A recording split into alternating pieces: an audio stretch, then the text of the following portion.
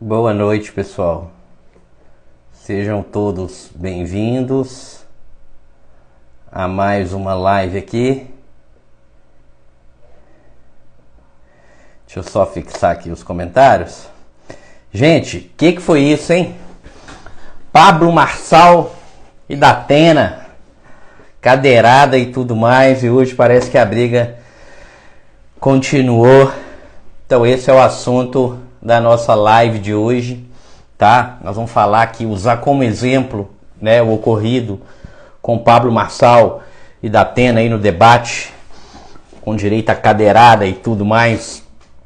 Mas a gente vai usar isso como exemplo para a gente ver como que as nossas emoções elas impactam aí no nosso dia a dia, na nossa vida, e como que a gente pode gerenciar as nossas emoções. Então sejam todos bem-vindos, a Vanessa, Débora, Vilce, Socorro, o Bruno. O pessoal tá chegando aí na live. E é isso que a gente vai falar hoje. As emoções. O que são emoções? Como que a gente controla as nossas emoções? Se é que tem jeito de controlar as emoções, mas como que a gente pode aí lidar melhor com as nossas emoções, né, pessoal? E o que aconteceu aí, né, nesse debate aí, nessa cadeirada aí, a gente vai ver que muitas vezes a gente faz coisas parecidas aí ao longo das nossas vidas, de repente não com essa intensidade, mas muitas vezes quando a gente age por impulso, quando a gente age ali no calor das emoções, a gente acaba tendo uma série de consequências aí nas nossas vidas, tá bom, pessoal? Então o tema da nossa live de hoje é emoções, tá? Vou falar aí sobre Pablo Marçal, Datena, o que aconteceu. Gente, pra gente começar a nossa live de hoje entendendo de fato o que é emoção, a gente pode começar pensando na própria palavra emoção. A palavra emoção vem do latim, que significa ex movere, ou seja, mover para fora. Então, emoção é algo que começa no meu corpo e me leva a um comportamento. Toda emoção é uma tendência de ação. Guarda isso aqui, porque a gente vai ver já já que o processo de regulação emocional passa pelo nosso comportamento. Então, emoção é algo que acontece no meu corpo que me leva a uma tomada de ação. Esse é o ponto principal. Toda emoção ela vem atrelada a um comportamento. E as emoções, elas não foram criadas, a natureza não criou a emoção simplesmente para a gente sentir mal ou para a gente sentir bem. As emoções nada mais são do que um sistema de linguagem. A sua emoção, a minha emoção, ela sempre vai pedir para a gente fazer algo. E aonde que começa a emoção? A emoção começa na mente, começa no cérebro, começa no corpo. Na verdade, pessoal, a emoção é uma leitura que o cérebro faz do nosso corpo a cada momento. Tudo que acontece no seu corpo, o seu cérebro está constantemente fazendo uma leitura. Então, seu coração acelera um pouquinho, seu cérebro lê isso. A sua musculatura contrai um pouquinho, seu cérebro faz essa leitura. Então imagina, o nosso estado emocional, ele nada mais é do que um desequilíbrio com o meio. Então quando alguém chega para mim e fala, olha, você é muito ruim, você é uma pessoa chata, você é uma pessoa legal, eu gosto de você, você é isso, você é aquilo, o meu corpo reage a isto. Antes mesmo que eu tenha uma tomada de consciência sobre isso. Então a emoção ela acontece no corpo. Pensa para você ver, quando você está com raiva, o que acontece no seu corpo? quando você está com raiva, o que acontece no seu corpo? Você sente o seu rosto ficar quente, a sua musculatura contrai, o seu coração acelera. Quando você está com medo, mesma coisa, seu coração acelera, dá um frio na barriga, você começa a tremer, você tem uma sensação de tontura.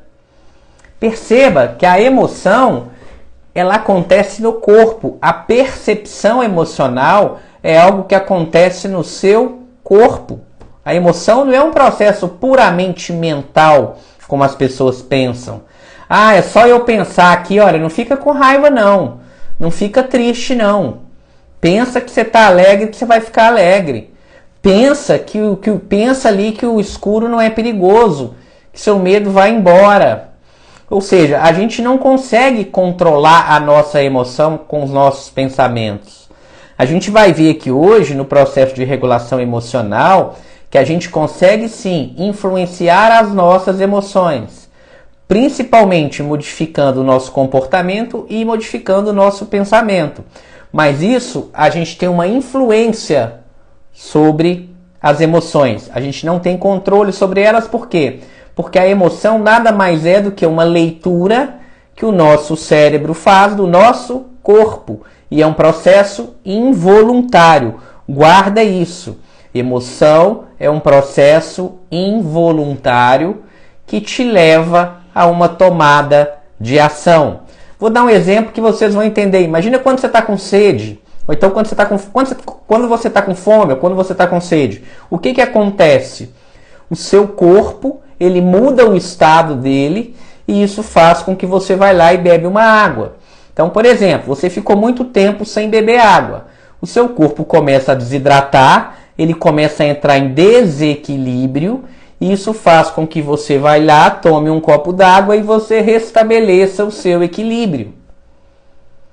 Então, a emoção é um desequilíbrio transitório do nosso corpo. Seja uma emoção positiva, seja uma emoção negativa. A ênfase aqui é falar sobre emoções negativas. Por exemplo, a raiva. Então, eu estou conversando aqui com vocês, eu estou no meu estado de equilíbrio. Acontece alguma coisa, o meu corpo entra em desequilíbrio e eu começo a experimentar a raiva. Mas perceba que esse desequilíbrio, a percepção desse desequilíbrio, ela é corporal. Não é um desequilíbrio de pensamento, é um desequilíbrio no meu corpo. E na hora que o meu cérebro começa a ler o meu corpo, eu vou tentar restabelecer esse equilíbrio através do meu comportamento. Então, o primeiro ponto que a gente tem que pensar aqui, de uma forma didática, a emoção não está na mente, a emoção está no corpo. Na verdade, a emoção é um diálogo do nosso cérebro com o nosso corpo. O nosso cérebro faz uma leitura do nosso corpo e, através disso, ele vai executar um comportamento. Então, toda emoção é uma tendência de ação e toda emoção tem características físicas. Esse é que é o ponto. A gente fica querendo neutralizar uma emoção e não tem como neutralizar uma emoção. Se você está com raiva, você vai ficar com raiva. Ponto final. Não adianta chegar o gênio da lâmpada e pedir para você: não fique com raiva, não fique com medo, não fique triste, não tenha nojo. Pensa, pegar uma comida, algo que você tem muito nojo e chegar para você e falar: não fique com nojo, eu vou te dar uma porção aí de barata de laboratório. Como que você não vai ter nojo? Claro que você vai ter nojo. A emoção é um processo involuntário. É algo que acontece no seu corpo que é totalmente involuntário. O grande problema é que a gente não consegue ler muito bem isso que está acontecendo no nosso corpo e a gente acaba executando comportamentos que vão nos prejudicar no longo prazo. Porque todo comportamento tende a aliviar no curto prazo. Então, se a gente pegar, por exemplo, o caso do Datena com Pablo Marçal.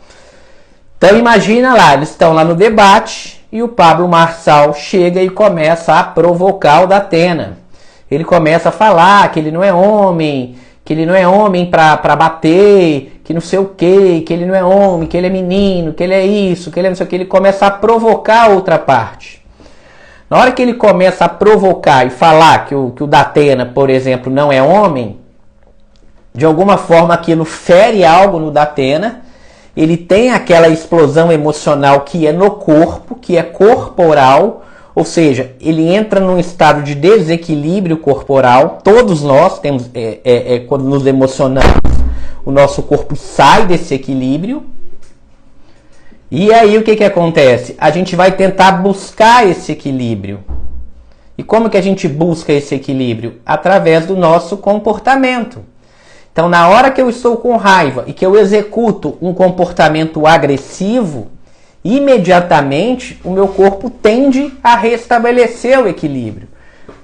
Ou seja, é muito provável que depois da agressão, a pessoa que está agredindo, ela começa a se sentir bem. Quando você está com medo de algo e você sai de perto, você se sente bem. Quando você está com raiva e você agride, imediatamente você se sente bem. O comportamento é uma tentativa de restabelecer o equilíbrio. Só que nos dias de hoje, nem sempre vale a pena a gente seguir a nossa emoção. Então, a emoção é um desequilíbrio corporal que te pede para fazer algo. Nunca se esqueça da palavra emoção, mover para fora. É algo que acontece no meu corpo que me leva, que me pede a executar um comportamento. Toda emoção, ela vai te pedir ou para aproximar de algo ou para afastar de algo. A gente tem emoções de valência positiva, que são aquelas emoções gostosas de sentir, que você gosta de sentir elas. E a gente tem emoções de valência negativa, que são aquelas emoções desagradáveis. Toda emoção positiva, ela também vai ter uma tendência de ação. Qual ação? De aproximar. A emoção positiva, ela faz com que a gente queira aproximar. Então imagine a alegria, promove uma sensação de satisfação pelo convívio com a outra pessoa, faz com que a gente queira socializar mais, então fortalece os laços sociais. Você está num ambiente alegre, você quer se aproximar daquele ambiente. Você deseja alguma coisa, você deseja alguém, você quer se aproximar daquele alguém. Você está com raiva, você está com medo, você quer afastar. Se a raiva for tanta, além de afastar, você quer destruir. Então perceba que toda emoção é sim uma tendência de ação. Aliás, tudo que você faz é baseado nas suas emoções. Em última análise, quem bate o martelo é as emoções. O problema é que quando a gente não consegue gerenciar muito bem as emoções e a gente fica escravo delas, aí a nossa vida começa a virar um caos. Porque muitas vezes a emoção pede para a gente fazer coisas que não vão levar a gente aos nossos objetivos de longo prazo. Esse é que é o problema. A emoção, ela sempre vai pedir para você fazer algo. Emoção é uma tendência de ação. Toda emoção está atrelada a um comportamento. Agora, o grande problema é que essa emoção pode e muitas vezes pede para você fazer algo que te afasta dos seus objetivos de longo prazo. Esse é que é o grande problema. Então, se eu tenho uma emoção que pede para que eu grite muito com meu filho, eu vou lá e grito muito com meu filho, mas se eu tenho um objetivo que é criar vínculo, criar laços afetivos com meu filho, para que eu vou ficar gritando com ele? Mas a emoção está lá pedindo para eu gritar, mas eu preciso colocar um freio nela. Eu não posso seguir tudo que a emoção me pede. Da mesma forma, você está apaixonada por um rapaz, você está apaixonada por uma mulher que você sabe que não presta, que é uma pessoa ruim. Você sabe que aquilo é uma pessoa ruim. Mas se essa pessoa consegue despertar em você emoções positivas, lembra, emoção, tendência de ação. Emoção positiva, tendência de aproximação. Então, muitas vezes a gente se aproxima de algo porque a gente tem uma experiência positiva, mas aquele algo pode ser ruim para a gente. Pensa um estelionatário, muitas vezes. Um estelionatário trabalha com emoções positivas, fazem as pessoas se aproximarem dele e depois vem o golpe, vem o roubo, enfim. Então, toda emoção, uma tendência de ação, ou de aproximar ou de afastar. O grande problema é que na hora que a gente vai fazer essa leitura do nosso corpo, a gente engana.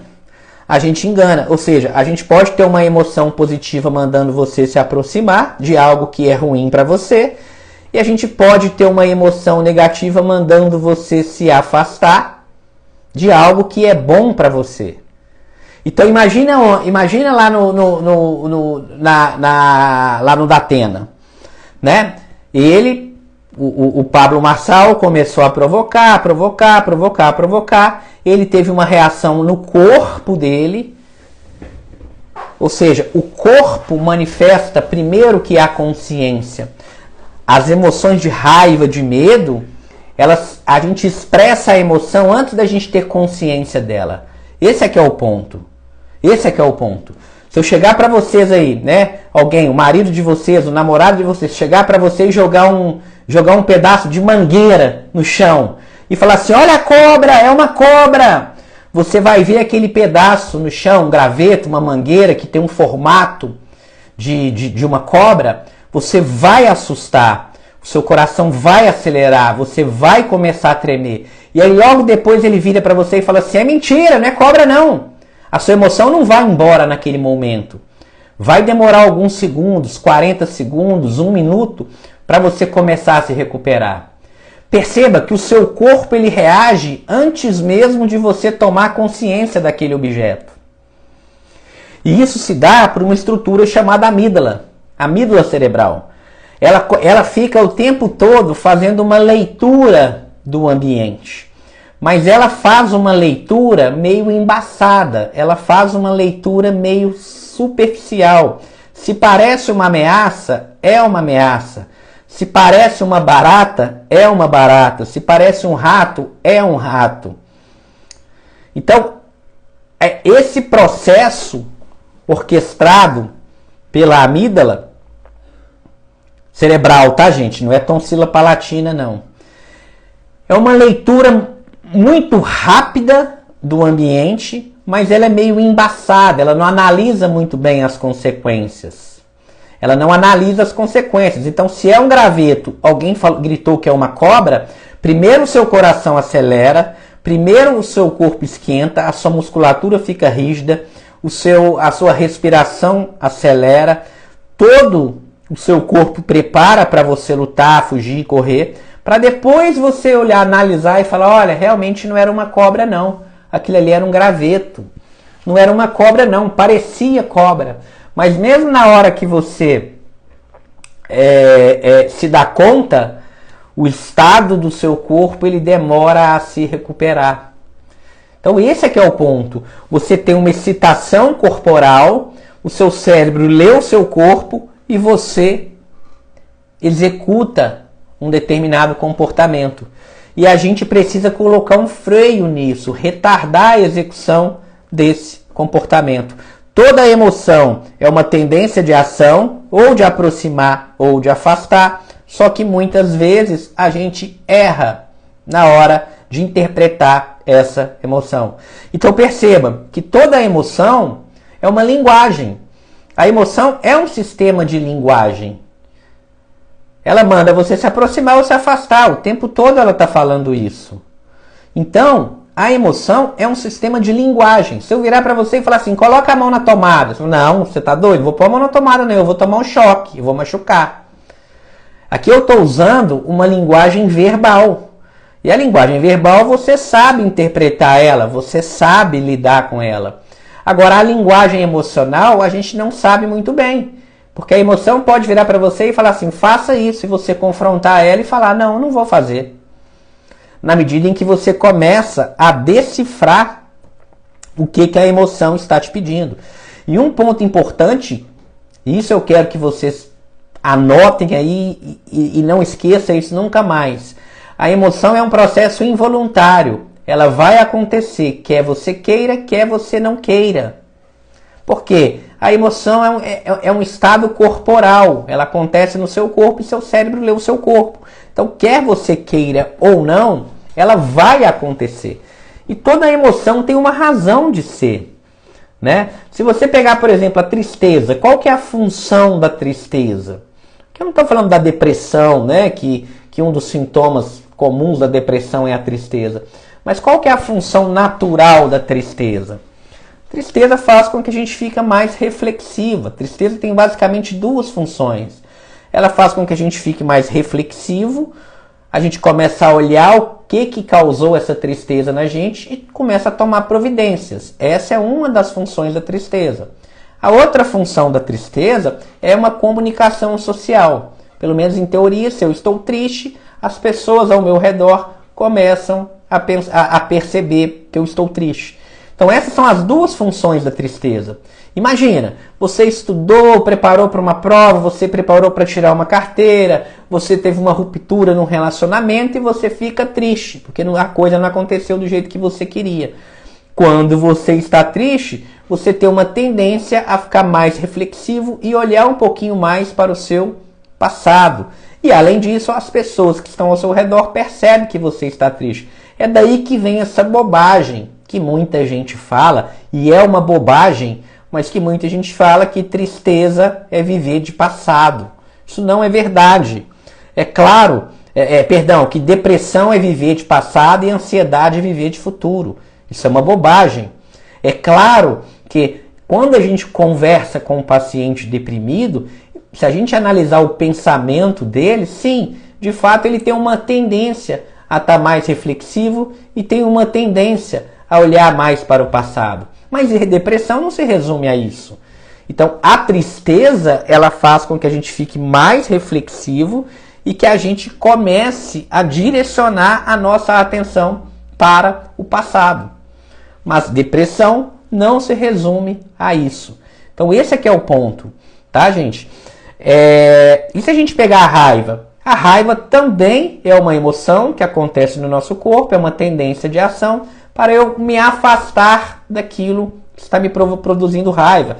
É para me buscar uma reparação. Então, se eu fui agredido, seja verbalmente, seja fisicamente, e eu estou com raiva, a tendência é eu ir lá e partir para porrada, partir para agressão. Só que isso é uma resposta primitiva nos dias de hoje. Porque nos dias de hoje, a gente tem outros recursos para resolver. A gente não resolve as coisas com agressividade. Por mais que ainda muita gente fala que sim, que tem que ser, não resolve. Muito pelo contrário, você só piora a situação, né? E naquele momento, você sente sim um alívio. Lembra? Emoção é uma tendência de ação, é uma tendência de comportamento. Esse comportamento para quê? Para restabelecer o equilíbrio. Então, se alguém te fez uma raiva, seu corpo entrou em desequilíbrio. Desequilíbrio, inclusive, fisiológico. Você sente as sensações corporais aí no seu corpo. Então, na hora que o seu corpo ele entra em desequilíbrio, um desequilíbrio fisiológico, o que acontece? Você vai tentar restabelecer esse equilíbrio. E você vai restabelecer esse equilíbrio através de um comportamento. Só que muitas vezes esse comportamento de curto prazo, ele restabelece de fato o equilíbrio. E você melhora de fato naquele momento. Mas logo em seguida, isso começa a piorar. Então, quando a gente pensa em regulação emocional, a primeira coisa que a gente tem que entender é: a emoção é um processo involuntário e eu preciso aceitar essa emoção. Então, se eu estou triste, eu preciso aceitar a tristeza. Se eu estou com raiva, eu preciso aceitar a raiva. Aceitar no sentido de entender que aquilo que está passando pelo meu corpo é involuntário, vai passar, mas é transitório. Quais são as 3 características principais de uma emoção? E isso é fundamental, gente. É fundamental quando a gente vai falar em regulação emocional, quando a gente vai falar de sequestro da amígdala, que é aquela quando a emoção ela fica tão intensa que ela praticamente inibe todas as outras funções aí, as outras funções cerebrais, né? Quando eu tenho um sequestro da amígdala, ou seja, toda a minha parte racional de avaliar consequências, avaliar o risco, o prejuízo que o meu comportamento pode ter, eu simplesmente fico cego. É o famoso bloqueado por emoções, né? Ficou bloqueado as emoções ali, o calor das emoções, que a pessoa não consegue raciocinar direito mais, né? Então, gente, quando a gente pensa em emoção, a gente tem que pensar o seguinte: toda emoção ela tem início, meio e fim, tá? Toda emoção, ela começa, ela vai crescendo, crescendo, crescendo, ela atinge uma intensidade máxima e depois ela diminui. Imagina, você tem uma raiva, alguém te fez raiva. O que acontece com a sua raiva? Você fica 10 anos com raiva de alguém? Não. Você pode ficar com amargura, ressentido, mas eu estou falando raiva. Você pode depois desenvolver um sentimento, que é algo mais duradouro, um desprezo por aquela pessoa. Mas se a gente pensar na emoção raiva, aquela coisa, né, de você ficar com o corpo quente, querendo bater, querendo vingança, aquela raiva duradoura. Não. Toda emoção ela tem início, meio e fim. Então, você está no seu estado de equilíbrio. Algo acontece, o seu corpo entra em desequilíbrio. Musculatura contrai, frequência cardíaca aumenta, frequência respiratória aumenta. Seu corpo ele sai do estado de equilíbrio. Você vai executar um determinado comportamento para restabelecer esse equilíbrio. Agora, se você consegue retardar esse comportamento, a tendência é que você consegue fazer uma análise melhor da situação. Gente, anota essa frase. Não tem nada que você pode deixar para falar depois. Não há nada que você tem que dizer agora, que você não pode esperar um dia, 2 horas, 3 horas para falar. Tudo que você pode fazer agora, você pode fazer daqui a 4 horas. Então alguém te fez raiva, você está lá, né, sei lá, alguém falou alguma coisa com você e você vai lá na casa dessa pessoa tirar uma satisfação. Seu chefe fez uma crítica para você e você está muito nervosa e você vai lá e vai falar poucas e boas na escola do seu filho, com seu chefe, com seu próprio filho, com seu marido, com a sua esposa. Chegou e falou ali com seu marido, chegou e te tratou um pouco mal, ou vice-versa. Sua mulher te tratou um pouco mal e aí você vai chegar lá e se achar um absurdo isso e você vai, espera para falar no dia seguinte. Não vai mudar nada. Se você puder retardar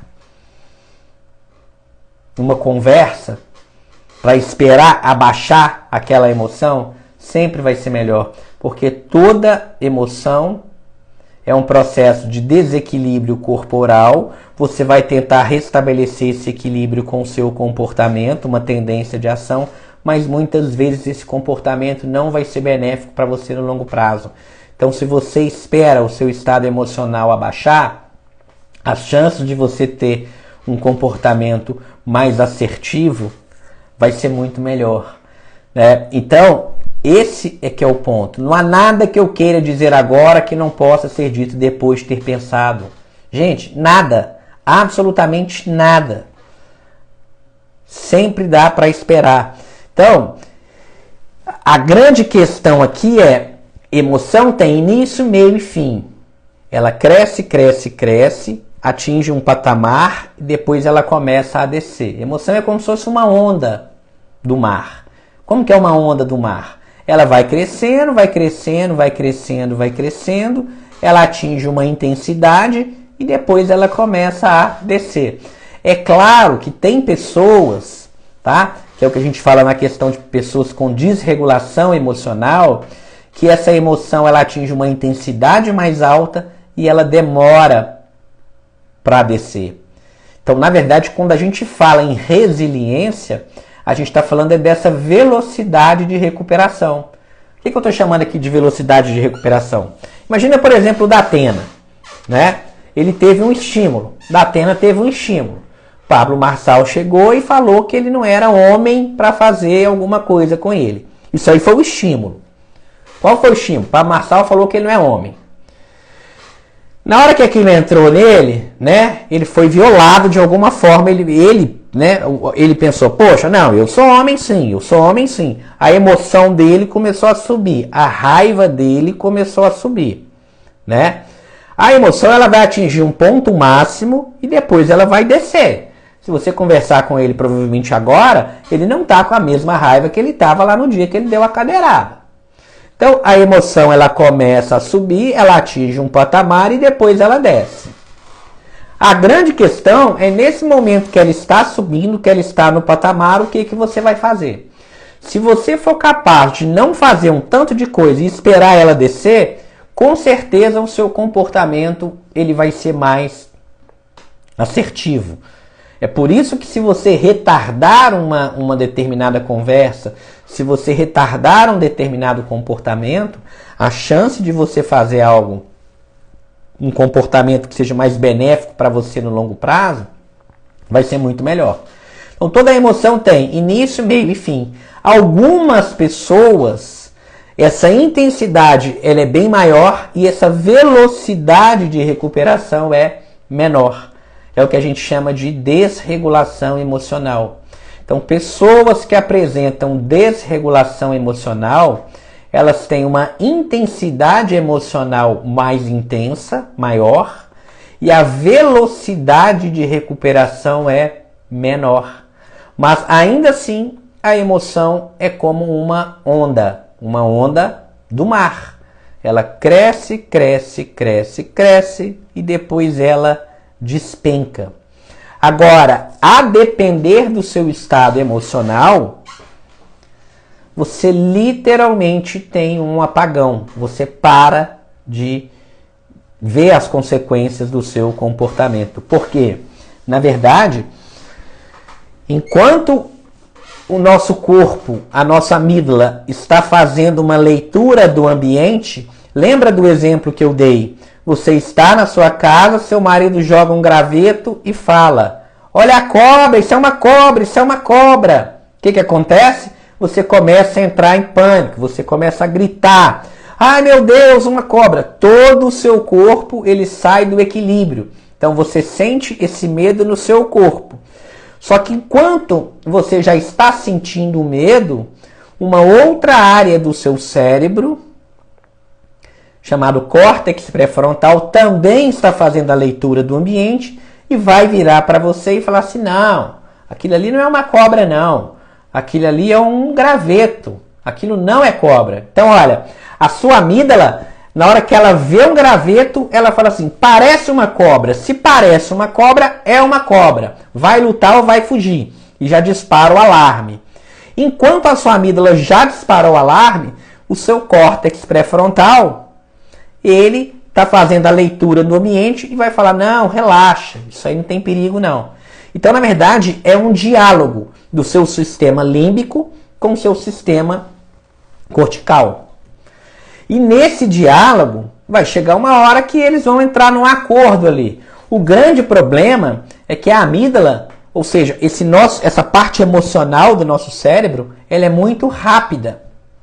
E essa parte cortical, ela é mais lenta. É por isso que no calor das emoções você faz um tanto de bobagem, e aí depois de algumas horas você começa a contabilizar o tanto de prejuízo que você teve. Por quê? Na hora que você está fazendo bobagem, você está tomado pelo seu sistema emocional, você está tomado pela sua amígdala. Depois de um tempo, o seu córtex pré-frontal ele começa a analisar o ambiente e fala: não, realmente, eu não deveria ter feito isso. Só que aí já é tarde. Então, nesse exemplo que eu falei, da cobra, é um graveto, a amígdala falou, é uma cobra. Depois de um tempo, seu córtex vai falar: não, é um graveto. Só que isso demora um tempo. Agora, imagine numa situação de discussão com uma pessoa que você gosta. Imagina uma discussão num trânsito, por exemplo. A sua amígdala fala: aquilo ali é um inimigo, eu vou matar, eu vou matar, eu vou matar. Aí você desce do carro, dá um soco na cara da pessoa, dá um tiro, agride, dá não sei o quê. Depois de um tempo, o seu córtex pré-frontal faz a leitura e fala, não, realmente, era só uma fechadinha no trânsito, não era para tanto. Só que aí o estrago já foi feito, uma vida já foi perdida, você já foi preso, já teve uma série de consequências. Ou seja, esse nosso sistema racional, ele é mais lento, e o nosso sistema emocional, ele é mais rápido. Ou alguns vão chamar isso de sistema quente e frio. Ou seja, essa parte quente, ela é muito rápida, e o frio é devagar. Tem um livro excelente que fala sobre isso, que é esse livro aqui, ó, Rápido e Devagar.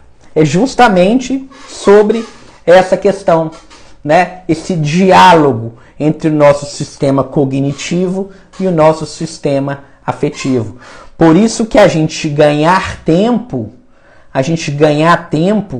sempre vai ser bom. Sempre você ganhar tempo antes de executar um comportamento.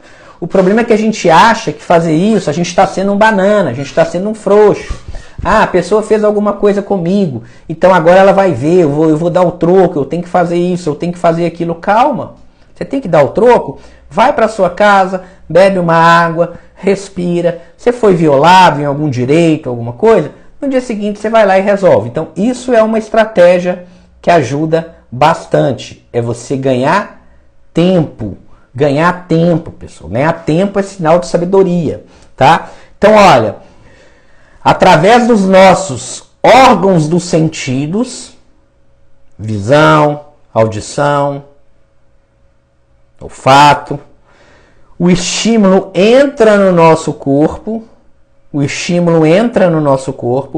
vai para uma região chamada tálamo, ou seja, uma parte do nosso cérebro chamado tálamo, recebe os estímulos sensoriais e manda para a amígdala e manda para o nosso córtex pré-frontal.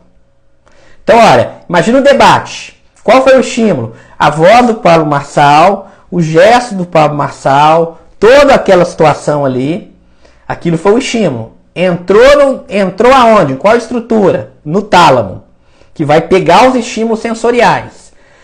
Essas informações, elas vão para a amígdala e elas vão para o córtex. O córtex está fazendo uma leitura mais apurada. Olha, isso aqui é um debate, o cara está te provocando, ele quer te desestabilizar, não vale a pena você caçar confusão, você tem que se comportar e tá. Essa é a leitura que o córtex está fazendo. Já a amígdala, ela está fazendo assim, não, ele é um inimigo, ele vai te matar, ele vai te destruir, ele vai fazer isso. Então a amígdala está tratando aquilo ali como uma urgência, como uma ameaça gravíssima, perigosíssima, que precisa ser exterminada. A amígdala está falando isso. Enquanto o córtex está falando, olha, fica calmo, analisa a situação, ele está querendo te desestabilizar. Qual que é o problema disso? O problema disso é que a resposta da amígdala é muito rápida e a resposta do córtex demora. E aí na hora ele pega uma cadeira, vai lá e dá uma cadeirada. E o córtex continua processando aquilo ali. Depois que dá a cadeirada, depois que acontece tudo, que o debate acaba, tudo passou, passa uma, passa duas, passa 3 horas, o córtex começa a assumir o controle. Só que aí o problema já foi feito. Aí a coisa já foi feita. Eu estou usando esse exemplo político, mas a gente pode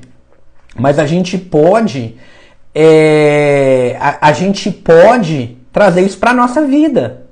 Não necessariamente com cadeirada nas pessoas, mas quando foi que você falou palavras grosseiras com uma pessoa que você ama e depois você se arrependeu?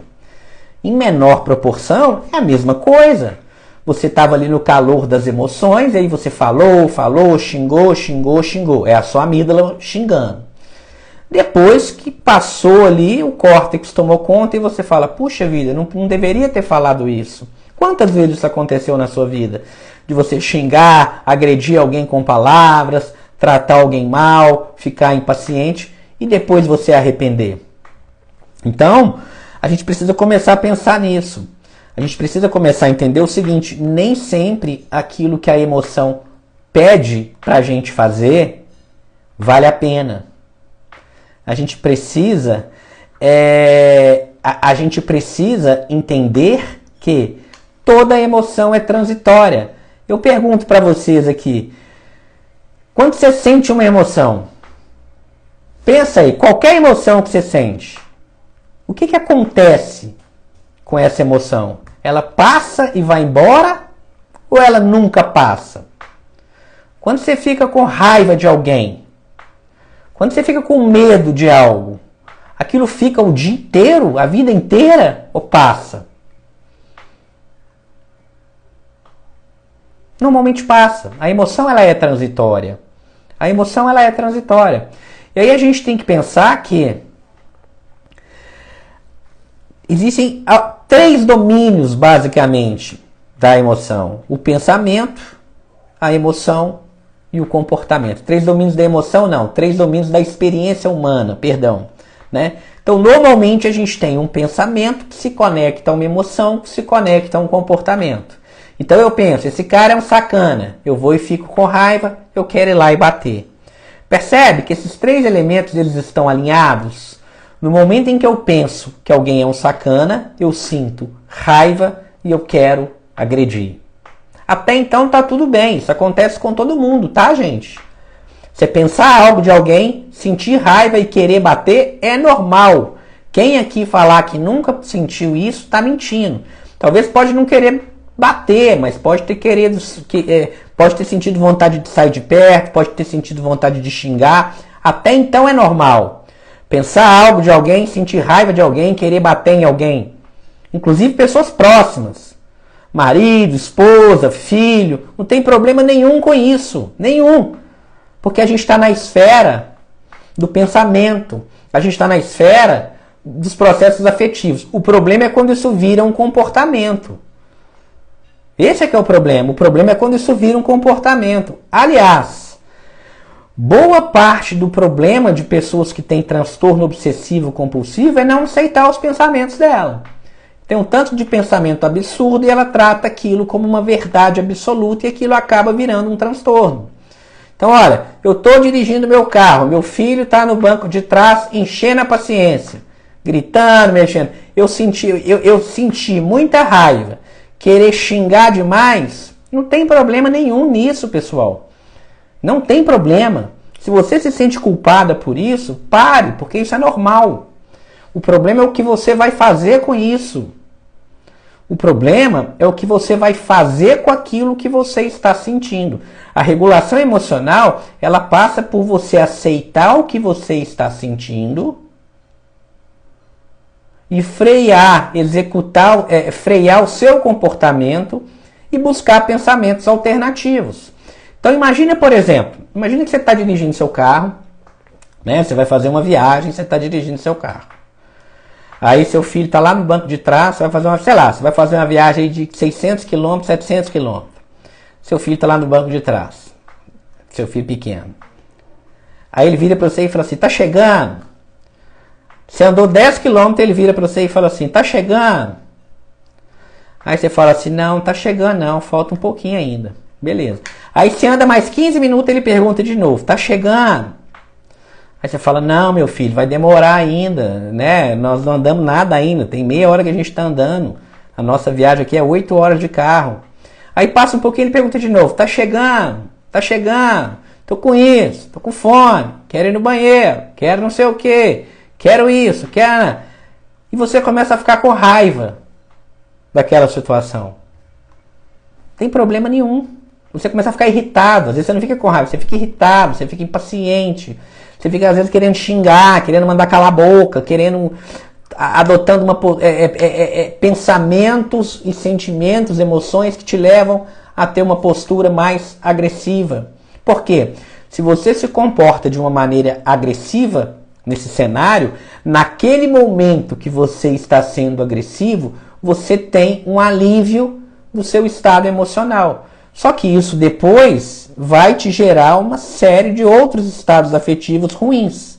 Como, por exemplo, ficar com culpa, ficar com vergonha.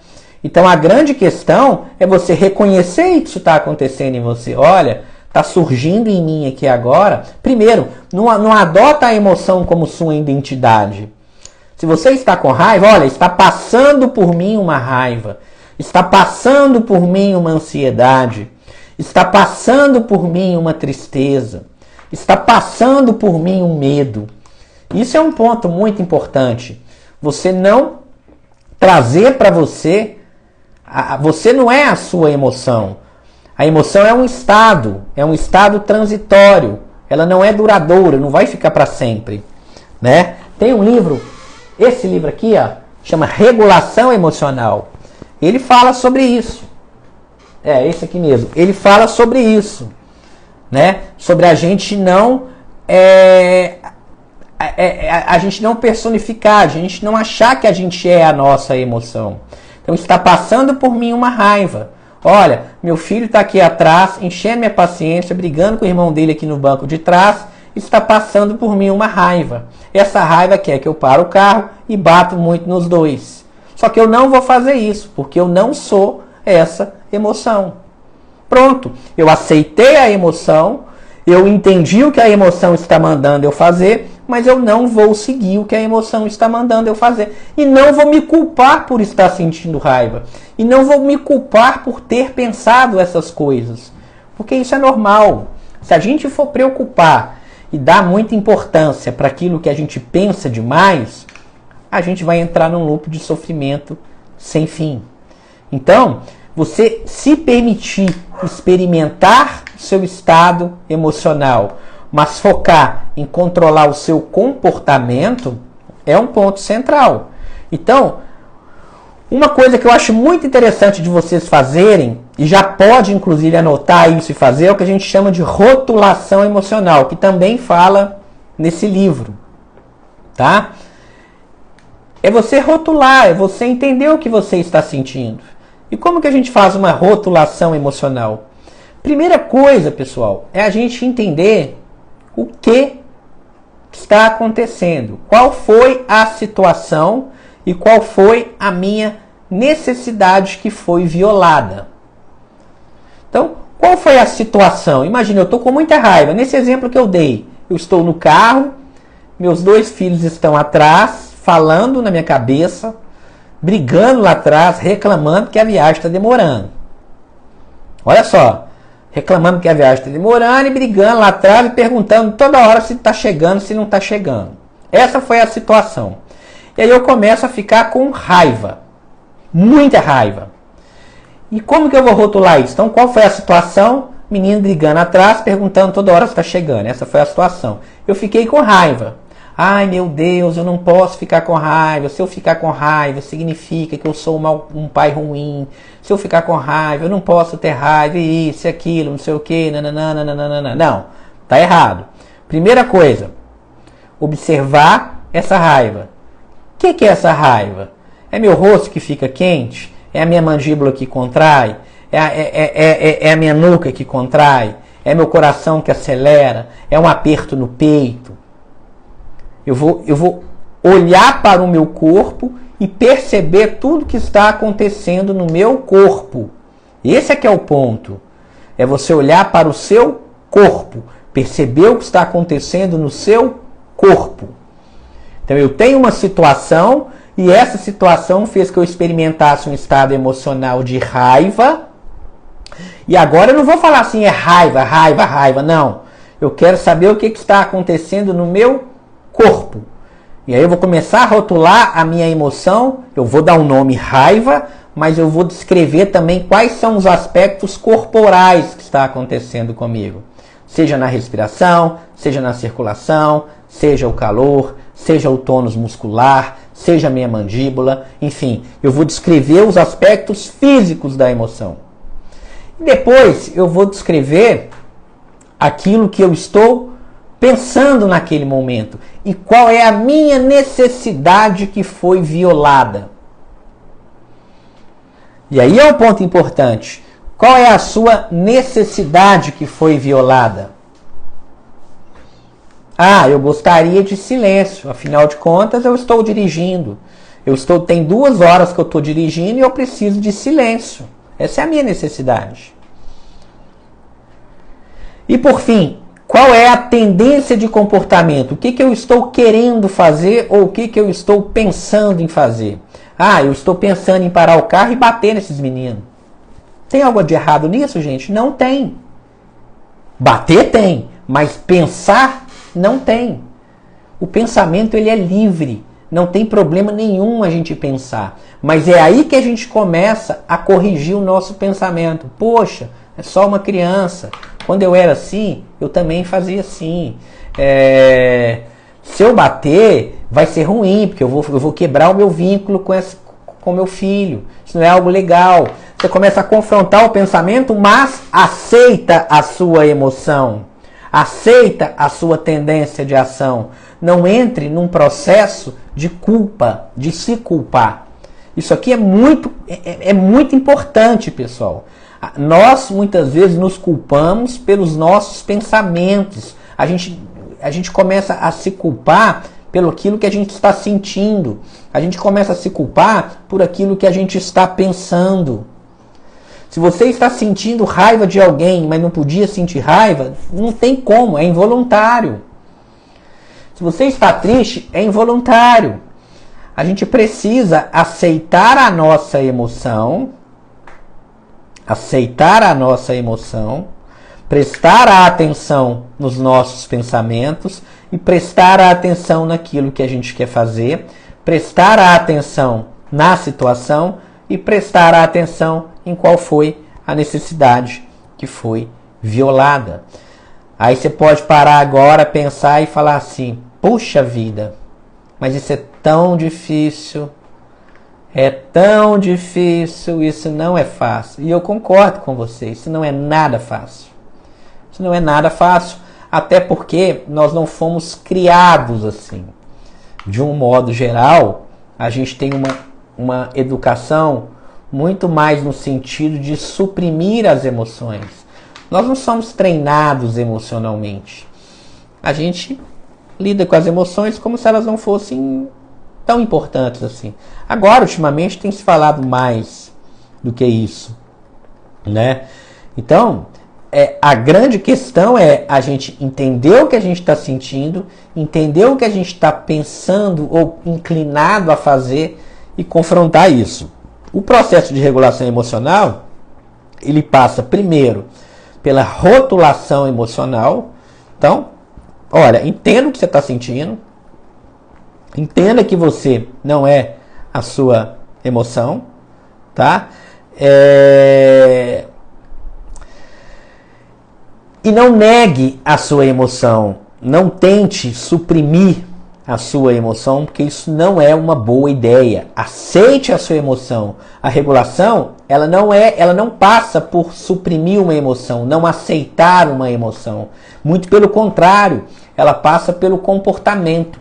Quando eu dou orientação para pais, né, sobre educação, essas coisas, eu vi uma pessoa, era até um perfil grande aí falando sobre, criticando, né, educação positiva, falando que não concorda com isso, que isso é uma bobagem. Olha, eu acho que não tem problema nenhum a pessoa discordar, a pessoa concordar. Mas a gente só pode discordar daquilo que a gente conhece, né? Imagina um astronauta tá falando que vai testar um novo foguete para a Lua, para ir para a Lua. Eu aqui não entendo nada de foguete. Aí eu viro e falo assim: eu discordo, não deveria mandar esse foguete. Gente, eu não entendo nada de foguete, então como é que eu vou palpitar sobre foguete? Não é verdade? E hoje em dia, infelizmente, a gente vê pessoas discordando de coisas sem ter a menor noção do que se trata. Então, assim, quando a gente fala de educação, de permitir, né, a expressão de uma emoção, não é permitir que seu filho quebre a casa inteira, jamais. Ah, meu filho está quebrando a casa inteira, educação positiva, vou deixar meu filho quebrar a casa inteira, vou sentar e vou conversar com ele. Não é isso, pessoal, não é isso. Tá? É sim permitir que ele sinta a raiva, até porque se você permitir ou não, ele vai sentir do mesmo jeito.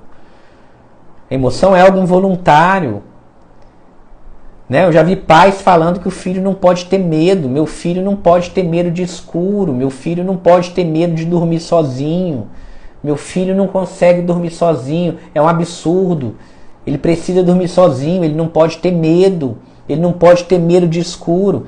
Claro que ele pode ter medo de escuro, sim. E você querendo ou não, permitindo ou não, ele vai sentir o medo, porque o medo é algo involuntário.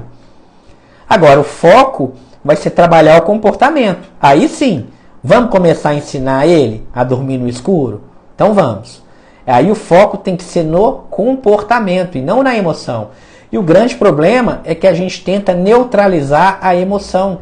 Você não pode sentir medo, você não pode sentir raiva, você não pode sentir nojo, você precisa ser homem, né? Ou seja, isso é mais marcante ainda em meninos, né? Mas se a gente pega, por exemplo, o transtorno de personalidade borderline, quando a gente pega um paciente com transtorno de personalidade borderline, o que a gente observa? Isso, inclusive, está na fisiopatologia do transtorno. Fisiopatologia é quando a gente tenta explicar a origem do transtorno. Claro, gente, que é multifatorial, blá, blá, blá, blá, blá, blá. Não estou falando de uma causa específica. Mas quando a gente pega o transtorno de personalidade borderline, o que a gente vai observar? A gente vai observar que é uma pessoa, que é um paciente que tem uma desregulação emocional. E o que é desregulação emocional? Intensidade aumentada das emoções e menor tempo de recuperação. Então, a pessoa com desregulação emocional, uma coisa muito pequenininha gera uma emoção muito grande e essa emoção muito grande demora a passar. Basicamente, desregulação emocional é isso. Uma coisinha desse tamanho gera uma emoção desse tamanho e essa emoção que para uma pessoa ia durar 10 minutos, para essa pessoa dura 1 dia, 2 dias. Então percebe, isso é desregulação emocional, tá? Coisa pequena gera uma emoção muito grande e uma emoção que dura o dia inteiro, sendo que na maioria das pessoas iria durar talvez 1 minuto. Isso é desregulação emocional. Isso é um dos ingredientes para o transtorno de personalidade borderline, mas esse não é o único ingrediente. Nem todo mundo com desregulação emocional se torna um paciente borderline, mas todo paciente borderline tem desregulação emocional. Então, olha só, nem todo paciente com desregulação emocional se torna um border, mas todo border tem desregulação emocional. Que é isso que eu acabei de explicar aqui. Mas por que então? Por que uns desenvolvem transtorno de personalidade borderline e outros não? O ambiente é um ambiente invalidante. O que é um ambiente invalidante? É um ambiente que não permite a expressão emocional. Ou seja, a pessoa tem uma desregulação emocional e ela está com muita raiva de alguma coisa quando ela era pequenininha, ao longo do desenvolvimento, ao longo da infância, adolescência, vida adulta. E não é permitido que ela expresse aquela emoção. A criança está triste, o pai e a mãe falam, você não pode ficar triste. A criança está com raiva, o pai e a mãe falam, você não pode ficar com raiva. Ou seja, é proibido ter emoções, é proibido expressar as emoções. E a pessoa vai criando um ambiente onde ela não consegue expressar as emoções. Isso normalmente evolui para um transtorno de personalidade borderline. E o que é muito frequente, a gente vê isso no consultório, gente. Tem paciente que às vezes que eu atendo, que entra com a mãe, entra com o pai, e às vezes o pai e a mãe não quer sair do consultório e não deixa o paciente falar. Às vezes o paciente quer falar assim, olha, eu sinto triste, a mãe fala assim, não, a tristeza dela não é assim, não, deixa eu explicar como é que é a tristeza dela. Deixa eu explicar como é que é a raiva dela, porque ela não sabe explicar direito. Pera aí, a raiva é da sua filha, a tristeza é da sua filha. Você vai explicar para mim como que a sua filha sente, porque a sua filha não sabe explicar o que ela sente? Claro, gente, aqui, né, tem situações ali de convívio, que às vezes a mãe entende um pouquinho mais, mas não é nesse sentido que eu estou querendo dizer. Não é no sentido que a mãe conhece, quer traduzir a emoção da filha, que ela não está dando conta de explicar. Isso acontece, isso é muito bem-vindo, e é sempre bem-vindo escutar o paciente, parente de paciente, são novas fontes de informações. Mas o que eu estou falando aqui é no sentido de não deixar que a pessoa expresse as emoções. Eu já vi pai falando assim, olha, eu acho uma besteira essa menina ficar triste, eu acho uma besteira essa menina ficar do jeito que ela está ficando, ela fica com raiva à toa. Nunca vi, fica com raiva à toa. E aí muita gente agora está entrando numa onda de falar que é geração. Tem as particularidades da geração que eu não vou entrar em detalhes aqui agora? Claro que tem. Mas a pergunta aqui é o seguinte, a nossa geração, né? Sei a idade de vocês aqui, mas eu imagino que a maioria das pessoas aqui deve ter mais ou menos entre 30 e 50 anos, né? Se a gente pegar essa geração atual de 40, 50, foi uma geração que deu certo? Ela deu certo? Vocês acham que de verdade as pessoas aí entre 40 e 50 anos são pessoas estáveis emocionalmente? Porque a gente massacra os adolescentes. A gente massacra essa geração falando que é uma geração de fracos. A gente é forte, pessoal. Vocês acham de verdade que a gente é forte? Basta olhar nos comentários. Uma pessoa fala uma coisa diferente, já vem 50 pessoas brigando. Isso é que é uma geração forte? Uma pessoa que não aceita lidar com diferença, uma pessoa que não aceita lidar, as pessoas que não aceitam lidar com pessoas que pensam diferentes, essa polarização política, todo mundo brigando com todo mundo, briga no trânsito, briga... Então isso é a geração que deu certo? A gente tem que começar a pensar sobre isso. Né? Ai, essa geração de hoje é tão fraca. Beleza então, fortão. Beleza então, fortão. Passa um dia no Instagram sem brigar com ninguém. Vai pro trânsito, deixa todo mundo te fechando aí. O trânsito um caos, sem brigar. Fica calmo, tranquilo. Só que a gente tem uma tendência a olhar sempre o defeito do outro. E a gente tem uma dificuldade de olhar pra gente. Ah, eu apanhei a vida inteira e eu dei certo. Deu certo nada, você tá brigando aqui no comentário. A pessoa falou de educação positiva, você está falando que apanhou a vida inteira e que deu certo, mas você está ao tempo de morrer porque uma pessoa falou aqui no comentário uma coisa que você não gosta. Isso é dar certo? Então, se isso é dar certo, meu amigo, você me desculpa, né? Se você passar uma tarde brigando com o outro no comentário, porque o outro postou no perfil dele uma coisa que você não concorda, isso é dar certo? Beleza. E aí se você ficou triste porque a carapuça serviu, né? Eu tô vendo muita gente falando assim, ai meu Deus, então eu não dei certo. Se você ficou triste porque a carapuça serviu, você está começando a descobrir que você não deu certo, não tem problema. Que bom que você está descobrindo isso. Porque aí você está saindo do mundo infantil. Qual que é o mundo infantil? O mundo infantil é você achar que está tudo bem, que está tudo tranquilo, que você é uma pessoa tranquila, que a geração é ruim, mas que você deu certo pra caramba. Ótimo. Se você a carapuça serviu pra você, ótimo. É bom. Inclusive isso é bom, porque aí você começa a repensar. Você fala, puxa vida, é mesmo. O que eu posso mudar? O que eu posso melhorar? Esses dias eu atendi um paciente que virou pra mim e falou assim, nossa, foi muito bom essa conversa que eu tive. Já é um paciente, né? Ele já é um paciente de mais tempo. Mas essa semana ele chegou pra mim e falou assim, nossa, essa conversa que a gente teve hoje foi muito bom, mas eu vou te confessar uma coisa.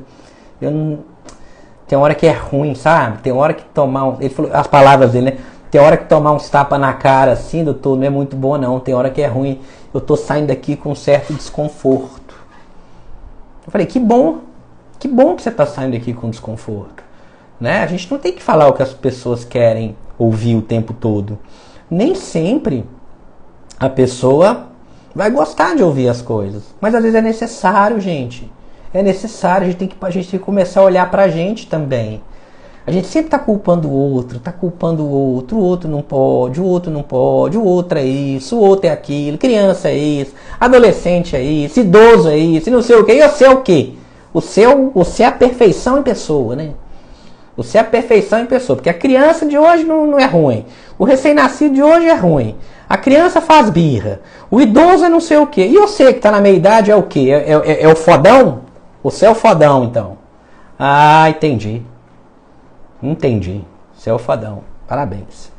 Então, assim, a gente tem que começar a olhar, porque quando a gente tem maturidade para aceitar as nossas limitações, quando a gente tem maturidade para olhar o nosso lado, entre aspas aqui, pessoal, o nosso lado ruim, os nossos defeitos, a gente consegue tentar corrigir eles. Isso é muito legal, gente. Isso é maravilhoso.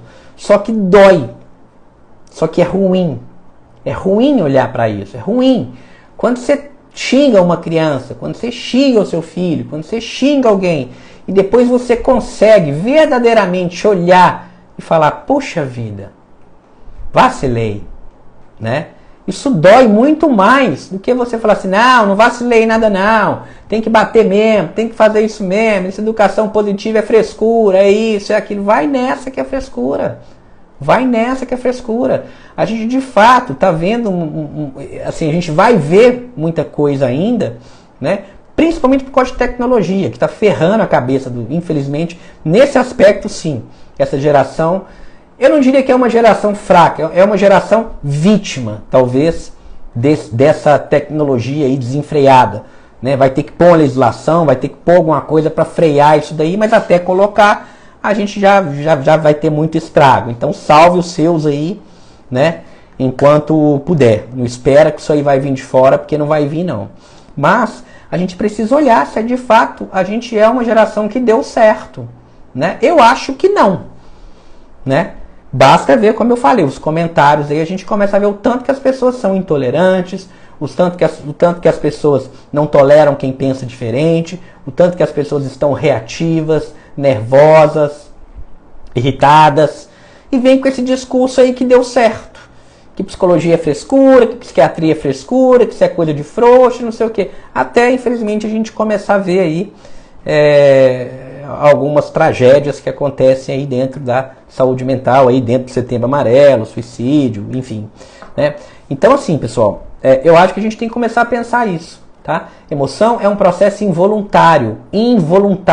A pior crueldade que você pode fazer é pedir para o seu filho não ficar com raiva, é pedir para o seu filho não ficar com medo. E isso não é aceitar quebrar a casa inteira. Educação positiva não é isso.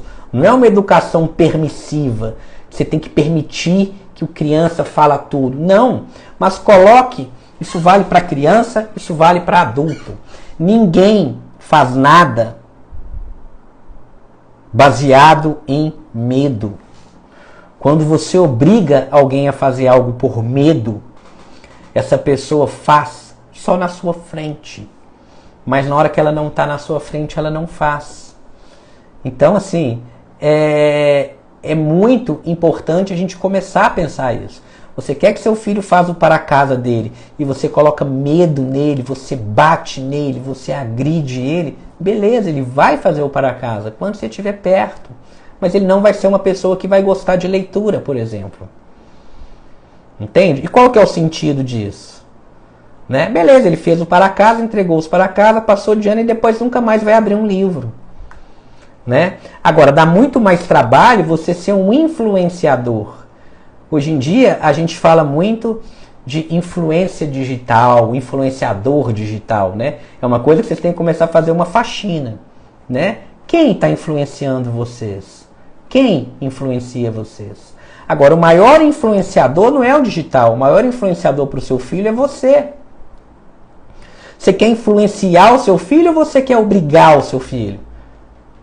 Claro, gente, você vai ter obrigações, você vai ter que dar uma xingadinha de vez em quando, você vai ter que pôr um castigo de vez em quando. Não estou falando isso.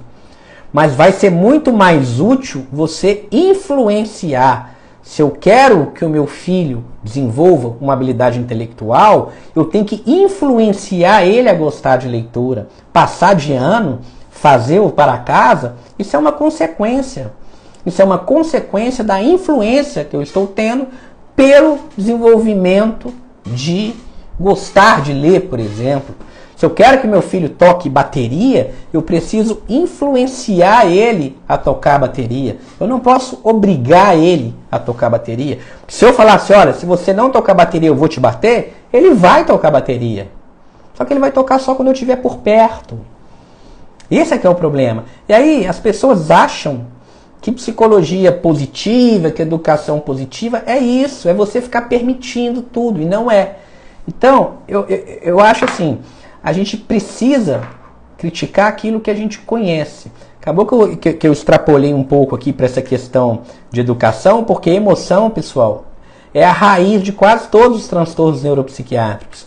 Quando a gente consegue entender e regular uma criança emocionalmente, lá na frente a gente tem ganhos fantásticos. Eu me considero uma pessoa privilegiada por poder trabalhar com saúde mental, porque assim, eu aprendo todos os dias. Eu aprendo todos os dias, não só com leitura, mas com os meus pacientes. Então, por exemplo, quando eu atendo, né, a gente estuda, a gente lê, e está escrito em literatura e artigo e tudo mais, mas quando você atende, você aprende muito mais também. Então, quando eu, por exemplo, estou diante de um paciente, e esse paciente tem 30 anos, aí eu estou conversando com esse paciente, ao longo da consulta ele vai me contar a história de vida dele. Ele fala, olha, quando eu tinha 7 anos, quando eu tinha 12 anos, quando eu tinha 15 anos, eu falo, opa, eu tenho um filho de 7 anos, eu tenho um filho de 12 anos. O que pode ter acontecido na história dessa pessoa que contribuiu para esse transtorno dele? Eu posso tentar evitar. Quando eu vejo uma pessoa mais velha do que eu, que cometeu alguns erros, erros entre aspas, mas determinados comportamentos que prejudicaram a vida dele, eu consigo corrigir em mim. Então, assim, é importante a gente entender o seguinte: comportamento humano, falar de comportamento, falar de emoções, que afetos, e falar de cognição, falar de mente humana, existe toda uma ciência por trás disso. E, infelizmente, falar de mente, falar de comportamento, falar de emoção é gostoso. Todo mundo gosta de falar sobre isso. Mas pouca gente estuda.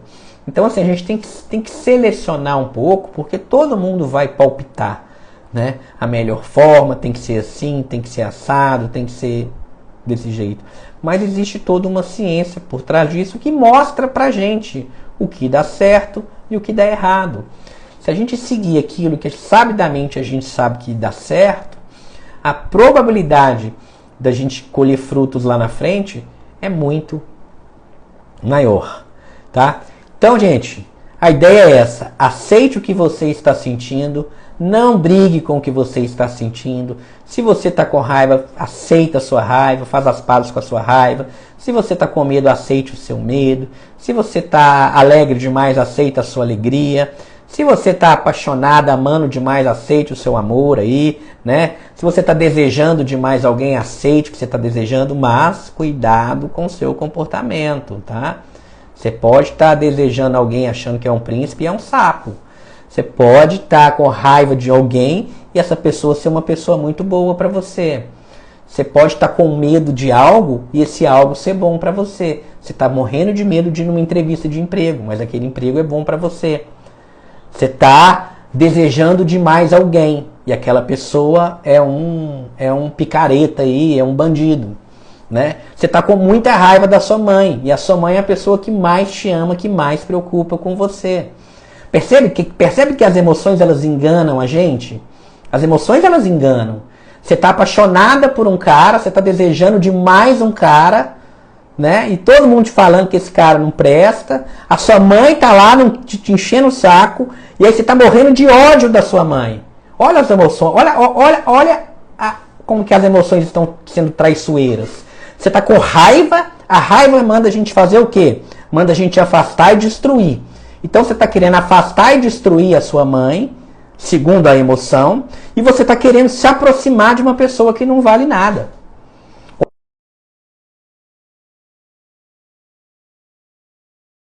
Um ponto importante. Muitas vezes, se a gente for guiado pelo nosso estado emocional, a gente se lasca. Então a gente precisa fazer essa leitura. Pera, a minha emoção está mandando eu ir atrás daquele rapaz. Eu tenho desejo por ele. A minha mãe está falando que eu não vou. Então eu estou com ódio da minha mãe. Eu quero destruir a minha mãe. Eu não quero ela por perto. Eu estou com vontade de bater na cara dela. E aí, gente? Né? Então a gente tem que tomar cuidado com os nossos estados afetivos. Sempre a emoção é uma tendência de ação. E aí você pode aceitar essa emoção. Até porque você aceitando ou não, ela vai continuar lá. Aceita que você está com raiva da sua mãe. Aceita que você está desejando aquele rapaz ou aquela moça. Mas foca no seu comportamento. Apesar de eu estar com raiva da minha mãe, eu não vou me afastar da minha mãe, porque eu sei que minha mãe quer o meu bem. Apesar de eu estar desejando aquela pessoa, eu preciso colocar um pé no freio, porque já tem gente me falando que aquela pessoa não é legal. Então perceba que a gente erra. As emoções, elas erram, né? E sim, a gente deve confiar muito no nosso sexto sentido. Tem um pesquisador chamado Antônio Damasio. Ele escreveu um livro que eu não estou achando aqui agora, que chama O Erro de Descartes. Cadê esse livro, gente? Não estou achando ele aqui agora não. Mas, enfim, ele fala... ele aqui, ó, é aquele ali, tá vendo? Não, tá fora aqui. Enfim, ele fala, né? Ele fala pra gente, basicamente, que se a gente perder a nossa capacidade emocional, né? Quando a gente tem lesões em áreas que processam as emoções, a gente perde a nossa capacidade de tomar decisão. Então, as emoções, elas são extremamente importantes, tá, pessoal? Se eu te perguntar assim, por que você casou com seu marido? Por que você casou com a sua esposa e não com uma outra namorada aí, né? Se eu te der vários motivos aí, lógicos, vários motivos racionais te provando que uma outra pessoa é melhor do que o seu marido ou vice-versa, ou esposa e vice-versa. No final das contas, pessoal, quem vai bater o martelo é a emoção. Você só casou com seu marido, você só casou com a sua esposa por questões emocionais. Claro que você avaliou, tem a razão aí também. Mas de um modo geral, né, quem bate o martelo é a emoção. Por mais que a gente consiga racionalizar, se você pegar uma outra pessoa e racionalizar, olha, essa mulher aqui é melhor do que essa, por isso, por isso, por isso, por isso. Esse homem é melhor do que esse, por isso, por isso, por isso, por isso.